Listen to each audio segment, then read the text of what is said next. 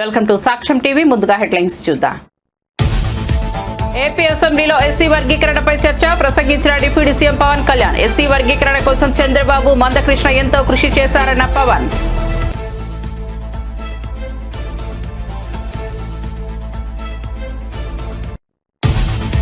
సమానతలపై ఇంకా పోరాటం చేయాల్సి వస్తోందన్న చంద్రబాబు. స్వాతంత్ర్యం వచ్చి 75 ఏళ్లు గడిచిన అసమానతలు ఇంకా అలాగే ఉన్నాయన్న సీఎం చంద్రబాబు. అసమానతలపై ఇంకా పోరాటం చేయాల్సి వస్తోందని వెల్లడి.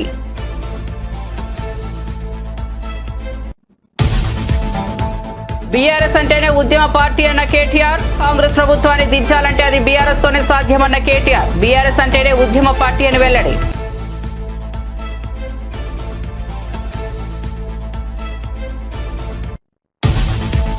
కాంగ్రెస్ ఎమ్మెల్సీ జీవన్ రెడ్డి మీడియా సమావేశం. రైతులకు రుణమాఫీ చేయాలని జాతీయ పార్టీలు ఆలోచించట్లేదని వెల్లడి. బీజేపీ అధికారంలో ఉన్న రాష్ట్రాల్లో రైతులకు రుణమాఫీ గురించి ఆలోచించట్లేదు. గత ప్రభుత్వం కూడా రైతులకు 1,00,000 రుణమాఫీ ఒకే విడతలో చేయలేదని వెల్లడి.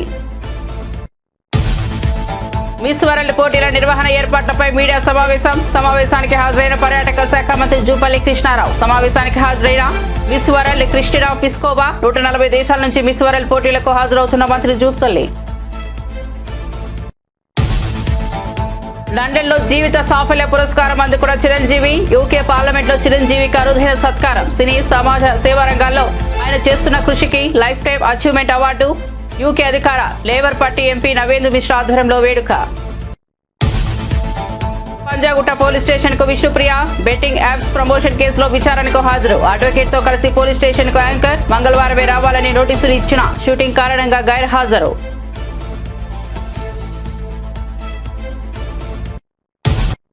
ఇక వార్తా వివరాల్లోకి వెళ్తే ఏపీ అసెంబ్లీ సమావేశాల్లో ఎస్సీ వర్గీకరణ బిల్లుపై చర్చ జరిగింది. ఈ సందర్భంగా డిప్యూటీ సీఎం పవన్ కళ్యాణ్ మాట్లాడారు. ఎస్సీ వర్గీకరణ ఈ స్థాయి వరకు వచ్చిందంటే అందుకు 2 వ్యక్తులు కారణమని, వారు ముఖ్యమంత్రి చంద్రబాబు నాయుడు, ఎంఆర్పీఎస్ వ్యవస్థాపక అధ్యక్షుడు మందకృష్ణ మాదిగని కొనియాడారు. మందకృష్ణ మాదిగ ప్రారంభించిన ఉద్యమాన్ని చంద్రబాబు ముందుకు తీసుకెళ్లారని వివరించారు.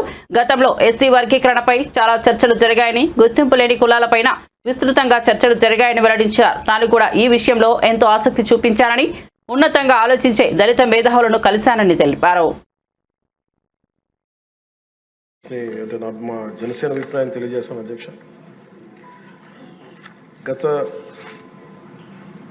2 దశాబ్దాలుగా ప్రత్యేకించి ఇంకా స్పష్టంగా చెప్పాలంటే 2004 నుంచి చాలా దళిత మేధావులతోటి, చాలామంది దళిత కార్యకర్తలతోటి, అటు మాల మాదిగ ఉపకులాలు కావచ్చు, అన్ని రకాలుగా చాలామంది మేధావులతోటి చర్చల్లో పాల్గొన్నవాడిని అధ్యక్ష. వారు నన్ను మనస్ఫూర్తిగా ఆహ్వానించారు. అలాగే బహుజన సిద్ధాంతం కానీ వీటి పట్ల ఆకర్షితులైన వాడిని. అందువల్ల నన్ను చాలాసార్లు ప్రత్యేకించి వర్గీకరణ గురించి అనేక పర్యాయాలు దీని గురించి మాట్లాడుతూ ఉండేవాళ్ళు. నాకు తెలిసిన అనేక మంది మేధావుల్లో ఒకరు, చాలా కీలకమైన వ్యక్తి, central university professor Shri Nimmaladinna Sudhakar garu. అలాగే మాల మాదిగ ఐక్యత కోసం కలిసి ఉండాలి కానీ వర్గీకరణ జరగాలని కోరుకునే కళాకారుడు, కవి మాస్టర్జీ గారు. అంటే ఎలాంటి వ్యక్తులను నేను కలుసుకున్నానంటే, ఆయన మాదిగ కులస్తుల అయింది కూడా, ఆయన మాల కులానికి చెందిన ఆంధ్రాకి చెందిన మాల కులానికి చెందిన వ్యక్తిని పెళ్లి చేసుకొని మాల మాదిగ ఐక్యత ఉండాలి కానీ వర్గీకరణ జరగాలని ఇలాంటి ఎన్నో ఆర్గ్యుమెంట్స్, ఎన్నో రకాల అభిప్రాయాలు ఉన్నాయి. వీటన్నిటి మధ్యలో మేము ఒక బలంగా దీన్ని తీసుకున్నాం అధ్యక్ష. ప్రత్యేకించి రిజర్వేషన్స్ కానీ చాలా డిస్కషన్స్ ఉండేవి ఆ టైంలో. ప్రత్యేకించి మన వర్గీకరణ గురించి, అలాగే క్రీమీ లేయర్ గురించి, అలాగే ఇంకా కులం, గుర్తింపు లేని కులాలు, బేడా బుడగ జంగాల గురించి, రెల్లి కులస్తుల గురించి అనేక మార్లు చాలా విస్తారమైన చర్చలు ఉన్నాయి అధ్యక్ష. కానీ ప్రత్యేకించి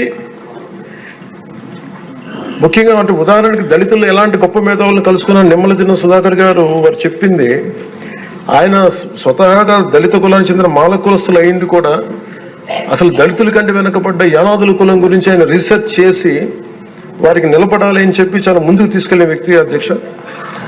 అలాంటి ఎంతోమంది చాలా ఉన్నతంగా ఆలోచించి నేను దళిత కులస్తుల్ని, దళిత మేధావులతో నేను కలిసి వచ్చిన వాడిని, వారితో నడిచిన వాడిని. ప్రత్యేకించి ఈ రోజున వర్గీకరణకు సంబంధించి దీనికి మనస్ఫూర్తిగా ఈ స్థాయి దాకా వచ్చింది అంటే ఒకళ్ళు మందకృష్ణ మాదిగ గారు అయితే దాన్ని ముందుకు తీసుకెళ్లిన వ్యక్తి శ్రీ నారా చంద్రబాబు నాయుడు గారు అధ్యక్ష. ప్రత్యేకించి స్వాతంత్ర్యం వచ్చి 75 ఏళ్లు గడిచిన అసమానతలు ఇంకా ఉన్నాయని ఏపీ సీఎం చంద్రబాబు అన్నారు. అసమానతల కోసం ఇంకా పోరాటం చేయాల్సిన అవసరం ఉందన్నారు. ఎస్సీ వర్గీకరణకు తమ ప్రభుత్వం కట్టుబడి ఉందని, ఈ విషయంలో ఇచ్చిన మాట నిలబెట్టుకున్నామని స్పష్టం చేశారు. సమాజంలో సమానత్వం సాధించేందుకు ప్రతి ఒక్కరూ కృషి చేయాలని పిలుపునిచ్చారు. అసమానతలు పూర్తిగా తొలగించేందుకు ప్రభుత్వం చిత్తశుద్ధితో పనిచేస్తోందని తెలిపారు. ఎస్సీలకు కూడా కేటగరైజేషన్ చేయాల్సిన అవసరం ఉందని నొక్కి చెప్పారు. అయితే ఆ దిశ ఈ సందర్భంగా మనం ఒకసారి ఆలోచిస్తే సమాజంలో పేదరికానికి అనేక కారణాలు ఉన్నాయి. చరిత్రలో మనం చూసినప్పుడు కొంతమంది ఆర్థికంగా, రాజకీయంగా, సామాజికంగా వెనుకబడే పరిస్థితికి వచ్చారు. చరిత్ర ఒకసారి విశ్లేషించినప్పుడు ఈ 3 కారణాలు కూడా ఆ కులాల్ని ఎక్కడికక్కడ ఆర్థికంగా ఎనిక్కి లాగేసే పరిస్థితి వస్తుంది. ఇప్పుడు మనం ఒకసారి ఆలోచించిన దిశ స్వాతంత్రం వచ్చింది, 70 సంవత్సరాల పైన పూర్తి చేసుకున్నాం. నిన్న మళ్ళా చూస్తే 2047కి 100 సంవత్సరాలు పూర్తి చేసుకోబోతున్నాం. ఇంకా కూడా ఆర్థికంగా, రాజకీయంగా, సామాజికంగా అసమానతలపైన పోరాడే పరిస్థితి వస్తూ ఉంది. ఇక్కడికి వచ్చినప్పుడు దిశ ఈ కేసు చెప్పిన తర్వాత చరిత్ర కూడా ఒకసారి, చరిత్రలో నేను కూడా ఒక 40-50 ఏళ్ళు భాగస్వాములు అయ్యే పరిస్థితికి వచ్చాం. అది కూడా ఒకసారి చూసినప్పుడు దీన్ని ఇటీవల కాలంలో అనేక ఛాలెంజెస్ తర్వాత, నేను ఆ చరిత్ర చెప్పేటప్పుడు అవి కూడా చెప్తాను, ఒక తీర్పు ఇచ్చారు. 7 మంది జడ్జెస్ 6+1 తీర్పు ఇచ్చినప్పుడు చాలా స్పష్టంగా రాష్ట్ర ప్రభుత్వాలు ఏ వర్గమైనా సరే వెనకబడిందని భావిస్తే మీరు వర్గీకరణ చేసే అవకాశాలు ఉన్నాయని రాష్ట్రం కానీ కేంద్రం కానీ అందరికీ మీకు చేసే అవకాశం ఉందని చాలా స్పష్టంగా తీర్పు ఇచ్చారు. దానిపైన 1 మ్యాన్ కమిషన్ వేయడం, గ్రూప్ ఆఫ్ మినిస్టర్స్ని నియమించడం, వారందరూ ఆలోచించిన తర్వాత మొన్నే క్యాబినెట్లో కూడా ఒక నిర్ణయం చేశాం. ఈ నిర్ణయం చేసిన దాని వెనకాల దిశ ఎన్నికలప్పుడు కూడా ఎన్డీఏ కూటమి వర్గీకరణకు కట్టుబడి ఉందని చాలా స్పష్టంగా చెప్పాం. చెప్పిన మాట ఈరోజు నిలబెట్టుకోవడానికి ఆ వేదిక. అదే సమయంలో దిశ ఇక్కడ మనం ఒకసారి చూస్తే ఇంకా ఇప్పుడే మిత్రులు పవన్ కళ్యాణ్ గారు కానీ కొంతమంది మెంబర్లందరూ అడిగారు. ఒక విషయం చూసినప్పుడు బుడగజంగి అది ఎప్పటి నుంచో వాళ్ళ సమస్య అయితే చాలా విచిత్రంగా అటు ఇటు సమైక్య ఆంధ్రప్రదేశ్లో ఉన్నప్పుడు కొన్ని రోజులు వాళ్ళు ఎస్సీలో ఉండడం, తర్వాత ఇది రావడం అన్నీ జరిగాయి. నేను కూడా అది ఎక్స్ప్లెయిన్ చేసి ఒక తీర్మానం చేసి కేంద్రానికి పంపించి కేంద్రం ఆమోదిస్తే మళ్ళీ మనం ఎస్సీల్లో ఏ గ్రూప్లో చేర్చడానికి అవకాశం ఉంది, అది చేర్చడానికి అన్ని విధాలా. రెండోది అధ్యక్ష రిలీజ్ కానీ అదే మరి కొన్ని కులాలు కొన్ని జిల్లాల్లో ప్రధానంగా ఉన్నారు. హైదరాబాద్ లో జరిగిన సమావేశంలో బీఆర్ఎస్ వర్కింగ్ ప్రెసిడెంట్ కేటీఆర్ మాట్లాడుతూ బీఆర్ఎస్ అంటేనే ఉద్యమ పార్టీ అని స్పష్టం చేశారు. తెలంగాణ రాష్ట్ర సాధన కోసం పోరాడిన ఈ పార్టీ రాష్ట్ర అభివృద్ధికి ముందుండి పనిచేసిందన్నారు. కాంగ్రెస్ ప్రభుత్వాన్ని గద్దె దింపాలంటే అది బీఆర్ఎస్ తోనే సాధ్యమని పేర్కొన్నారు. ప్రజా సమస్యలపై నిరంతరం పోరాటం చేసే పార్టీగా బీఆర్ఎస్ కొనసాగుతుందని తెలిపారు. ప్రజలకు న్యాయం చేయడమే తమ లక్ష్యమని, భవిష్యత్తులో కూడా అదే దిశగా ముందుకు వెళ్తామని వెల్లడించారు. హైదరాబాద్ లో బీడా సమావేశంలో కాంగ్రెస్ ఎమ్మెల్సీ జీవన్ రెడ్డి మాట్లాడుతూ రైతులకు రుణమాఫీపై జాతీయ పార్టీలు ఎలాంటి ఆలోచన చేయడం లేదని విమర్శించారు. బీజేపీ పాలిత రాష్ట్రాల్లోనూ రుణమాఫీపై చర్యలు తీసుకోవడం లేదన్నారు. గత ప్రభుత్వ హయాంలో కూడా 1,00,000 రుణమాఫీని ఒకేసారి పూర్తి చేయలేకపోయారని గుర్తు చేశారు. రైతుల సంక్షేమం కోసం రాష్ట్ర ప్రభుత్వాలు ప్రత్యేక చర్యలు తీసుకోవాలని సూచించారు. రైతులను ప్రోత్సహించేందుకు కాంగ్రెస్ ప్రభుత్వం కట్టుబడి ఉందన్నారు. ధాన్యం కొనుగోలు కేంద్రాలు ఎవరు ఆరంభింపజేసిందే? మేమే ఆశ్చర్యపోయినాయి. ఒకప్పుడు తెలుగుదేశం ప్రభుత్వం హయాంలో ఏదైతుందో 6 కాలం కష్టపడి పంట పండిస్తే చివరికి అమ్ముకోవడానికి వచ్చే వరకల్లా రైతు అనేక ఇబ్బందులు ఎదుర్కొంటున్నాను. కానీ వైఎస్ రాజశేఖర రెడ్డి గారు ముఖ్యమంత్రి ఆనాడు గ్రామాల ధాన్యం కొనుగోలు కేంద్రాలు ఏర్పాటు చేసి మద్దతు ధర కల్పింప చేయడానికి కొరకు ఏదైతుందో కార్యక్రమం అమలు చేపట్టడం జరిగింది.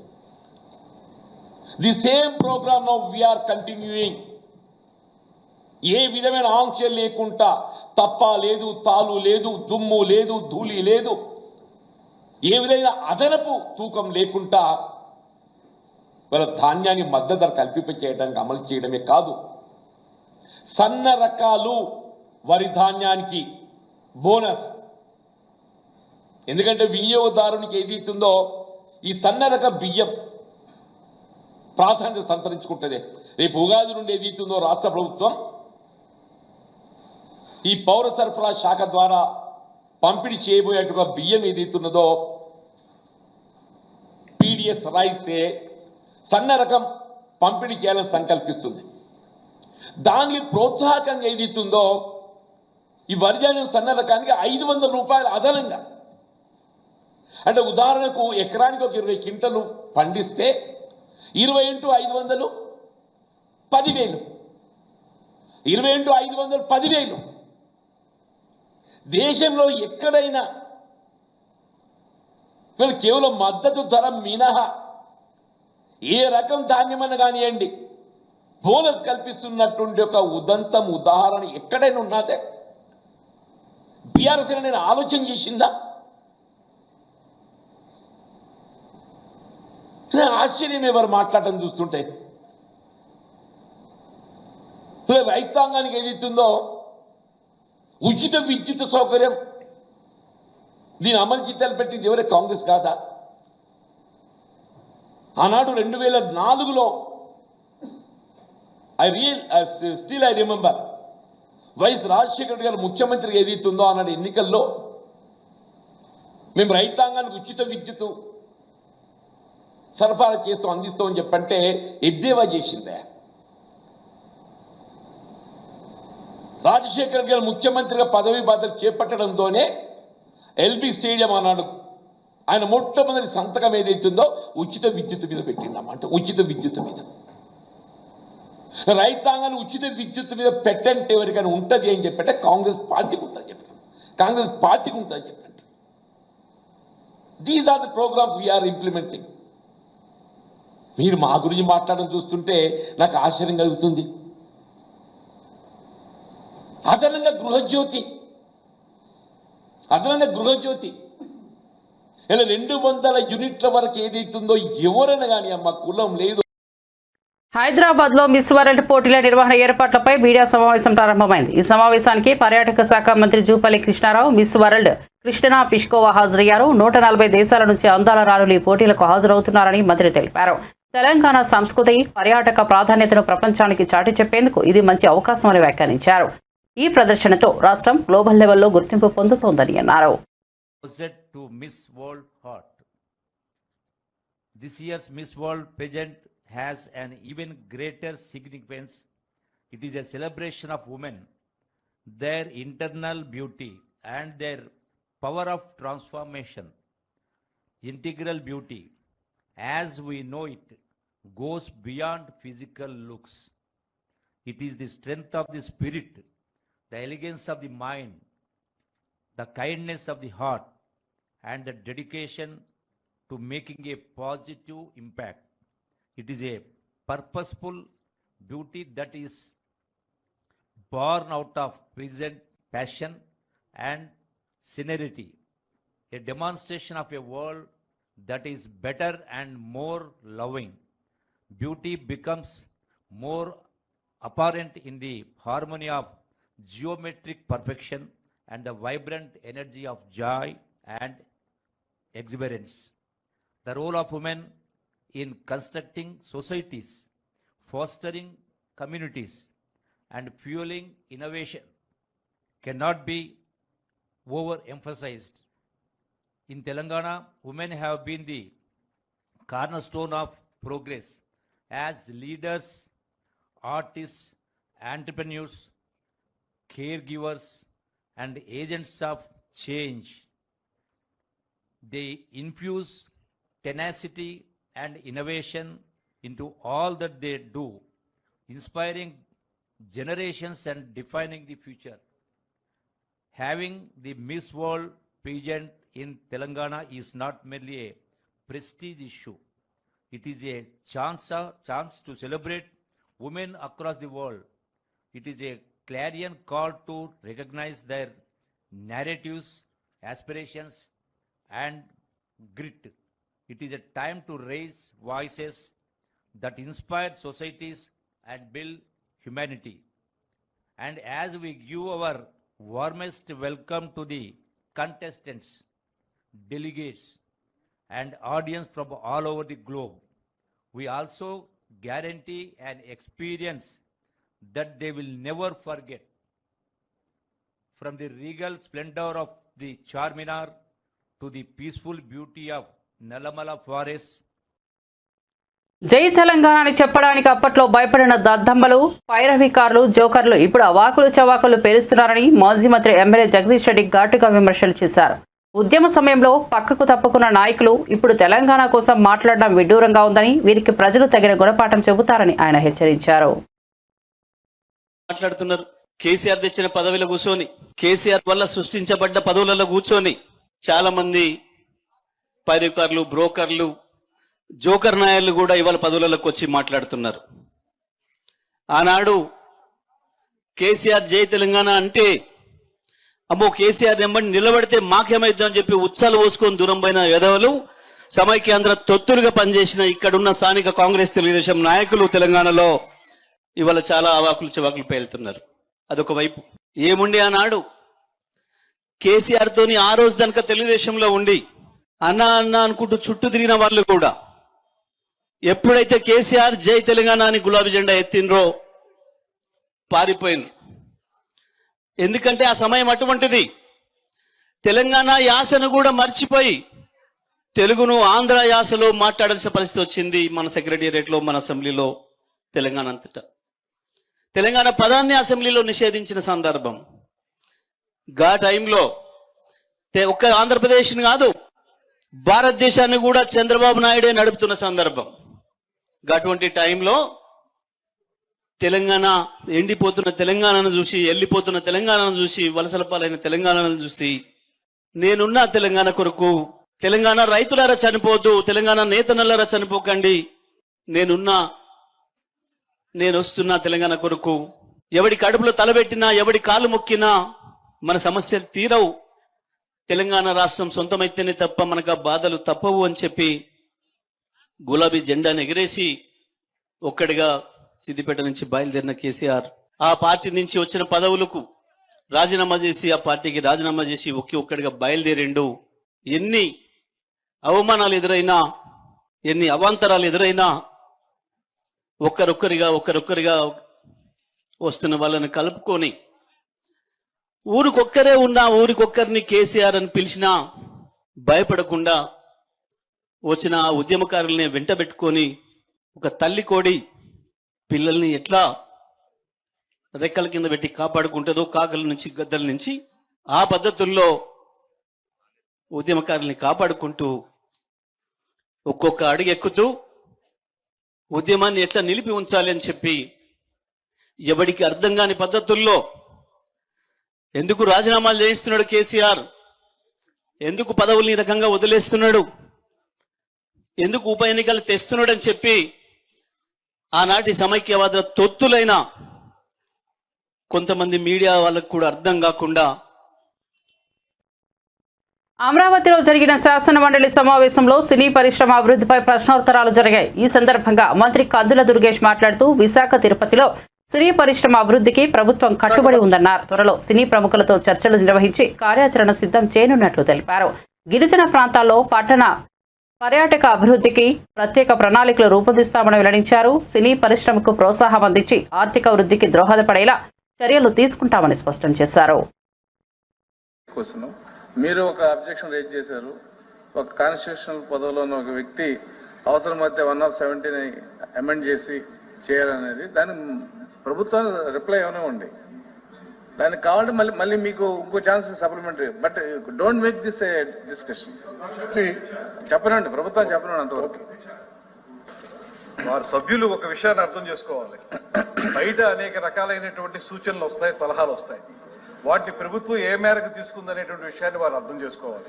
In the floor of the house నేను ఆ శాఖ మంత్రిగా ప్రభుత్వం తరఫున చెప్తున్న మాట 170 యాక్ట్ ని సవరించే ఉద్దేశం ఈ ప్రభుత్వానికి లేదు అని చాలా కేటగారికల్ గా నేను చెప్పాను.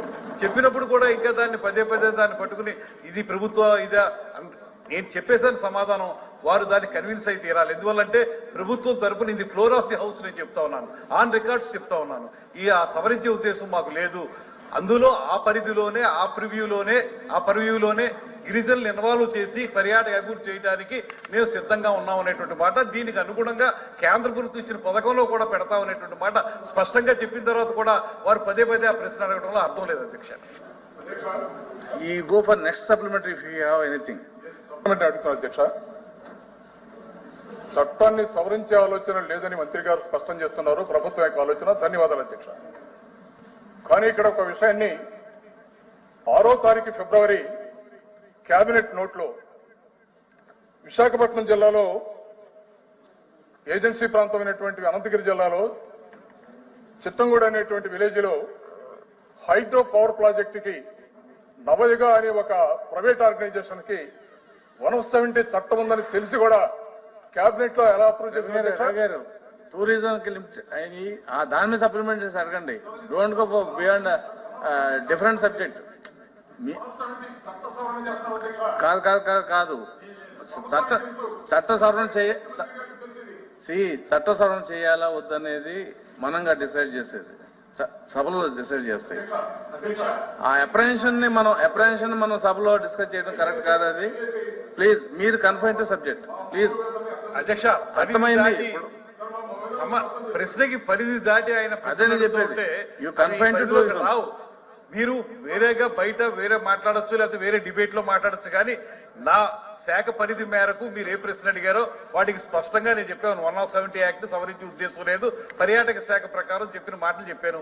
మీరు ఆ పరిధిలోనే నన్ను ప్రశ్నలు అడగాలి. కానీ వేరే కొత్త పరిధిలోకి వెళితే ఆ ప్రశ్నకు సమాధానం చెప్పాల్సిన అవసరం కూడా నాకు ఉండదు. ఇది అర్థం చేసుకోవాలి. రెండో ప్రశ్నలు అడుగుతారు. Please ask any question, any supplementary related to tribal tourism, sir.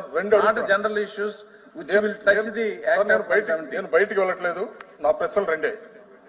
170 చట్టాన్ని సవరించే ఆలోచన లేదన్నారు. చాలా సంతోషం. అది దాని సంబంధించినటువంటి పవర్ ప్రాజెక్టు ప్రైవేటు వ్యక్తులకి ఏజెన్సీ ప్రాంతంలో ఎలా ఇచ్చారు? ఇది రాష్ట్రంలో ఉన్నటువంటి గిరిజనుల యొక్క మనోవేదన గురి చేస్తున్నటువంటి అంశం అధ్యక్ష. ఇది రెండు, రాష్ట్రంలో పర్యాటక ప్రాంతానికి అధికంగా ఆదాయం వచ్చే ప్రాంతాలు గిరిజన ప్రాంతాలు. అరకు గాని, లంబసింగి గాని, పాడేరు గాని ఈ ప్రాంతాలు అత్యధికంగా లాభాలు వస్తున్నాయి. కానీ అక్కడ పనిచేస్తున్నటువంటి టూరిజం డిపార్ట్మెంట్ లో పనిచేస్తున్నటువంటి ఉద్యోగులకి ఈ రోజు కూడా ఉద్యోగ భద్రత లేదు అధ్యక్ష. రెండు, రాజశేఖర రెడ్డి గారు ముఖ్యమంత్రిగా ఉన్నప్పుడు ఏజెన్సీ ప్రాంతాలు ఏదైతే ఉన్నాయో ఆ ప్రాంతాల్లో ఏజెన్సీ ద్వారా వచ్చే ఆదాయంలో 18% ఆయా గ్రామాలకు సంబంధించినటువంటి మౌలిక సౌకర్యాలకు ఉపయోగించాలనేది ఆ జీవో. బుల్లితెర anchor Vishnupriya Panjagutta police station కు చేరుకున్నారు. తన అడ్వకేట్ తో కలిసి ఉదయం 10 గంటల ప్రాంతంలో స్టేషన్ కు వెళ్లారు. బెట్టింగ్ యాప్ ప్రమోషన్ కు సంబంధించిన కేసులో విచారణకు హాజరయ్యారు. వాస్తవానికి ఈ కేసులో మంగళవారం విచారణకు రావాలంటూ పంజాగుట్ట పోలీసులు నోటీసులు జారీ చేయగా షూటింగ్ కారణంగా విష్ణుప్రియ గైర్హాజరయ్యారు. తన తరపున శేఖర్ భాషను పోలీస్ స్టేషన్ కు పంపించారు. ఈ క్రమంలోనే గురువారం ఉదయం విష్ణుప్రియ విచారణకు హాజరయ్యారు. తెలుగు రాష్ట్రాల్లో బెట్టింగ్ యాప్ల కారణంగా చాలా మంది ఆత్మహత్యలకు పాల్పడ్డారు. బిగ్ బాస్ ఫేమ్ శేఖర్ భాష పంజాగుట్ట పోలీస్ స్టేషన్ కు వచ్చారు. బెట్టింగ్ యాప్స్ కేసులో విష్ణుప్రియను పోలీసులు విచారిస్తున్న నేపథ్యంలో శేఖర్ భాష అక్కడకు రావడం ప్రాధాన్యత సంతరించుకుంది. దీనిపై ఆయన మీడియా ప్రశ్నించగా గతంలో తనను ఓ అమ్మాయి వేధించిందని, ఆ కేసులో భాగంగా ఆధారాలు సమర్పించేందుకు స్టేషన్ కు వచ్చినట్లు తెలిపారు.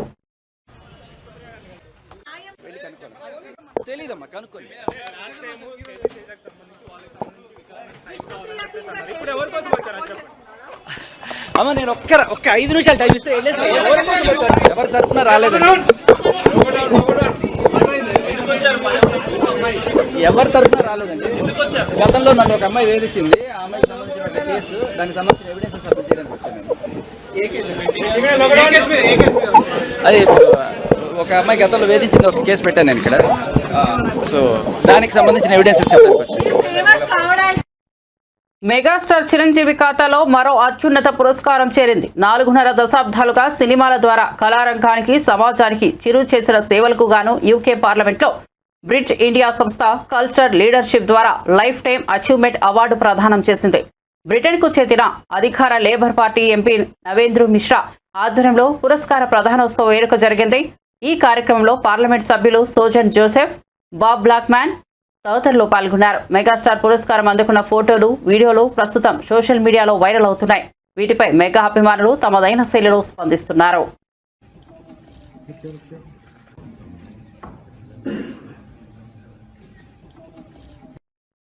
ప్రముఖ సినీ గాయని ఎస్పీ శైలజ శ్రీ లక్ష్మీ నరసింహస్వామి అమ్మవారిని దర్శించుకున్నారు. ఆలయ విగ్రహాలకు ప్రత్యేక పూజలు నిర్వహించి స్వామివారి ఆశీస్సులు పొందారు.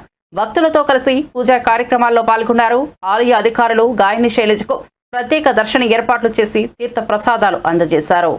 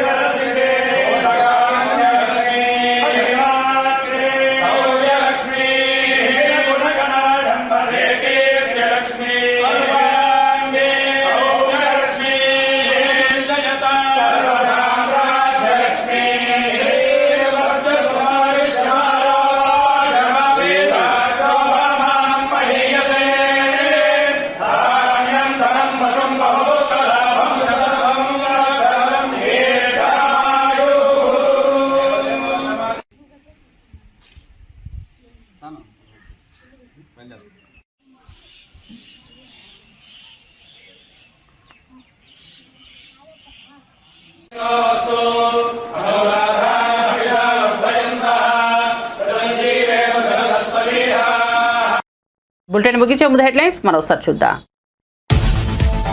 ఏపీ అసెంబ్లీలో ఎస్సీ వర్గీకరణపై చర్చ. ప్రసంగించిన deputy CM Pawan Kalyan, SC వర్గీకరణ కోసం చంద్రబాబు, మందకృష్ణ ఎంతో కృషి చేశారన్న పవన్.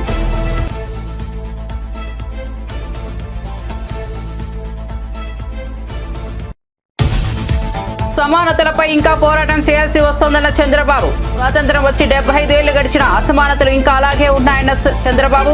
అసమానతలపై ఇంకా పోరాటం చేయాల్సి వస్తుంది. ఎస్సీ వర్గీకరణ కట్టుబడి ఉన్నామని చెప్పామని, మాట నిలబెట్టుకున్నామని వెల్లడి.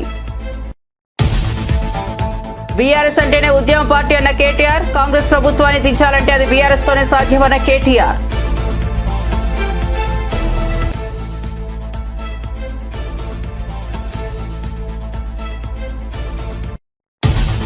కాంగ్రెస్ ఎమ్మెల్సీ జీవన్ రెడ్డి మీడియా సమావేశం. రైతులకు రుణమాఫీ చేయాలని జాతీయ పార్టీలు ఆలోచించట్లేదని వెల్లడి.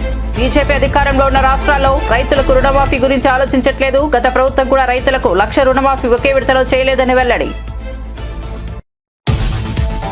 మిస్ వరల్డ్ పోటీల నిర్వహణ ఏర్పాట్లపై మీడియా సమావేశం. సమావేశానికి హాజరైన పర్యాటక శాఖ మంత్రి జూపల్లి కృష్ణారావు.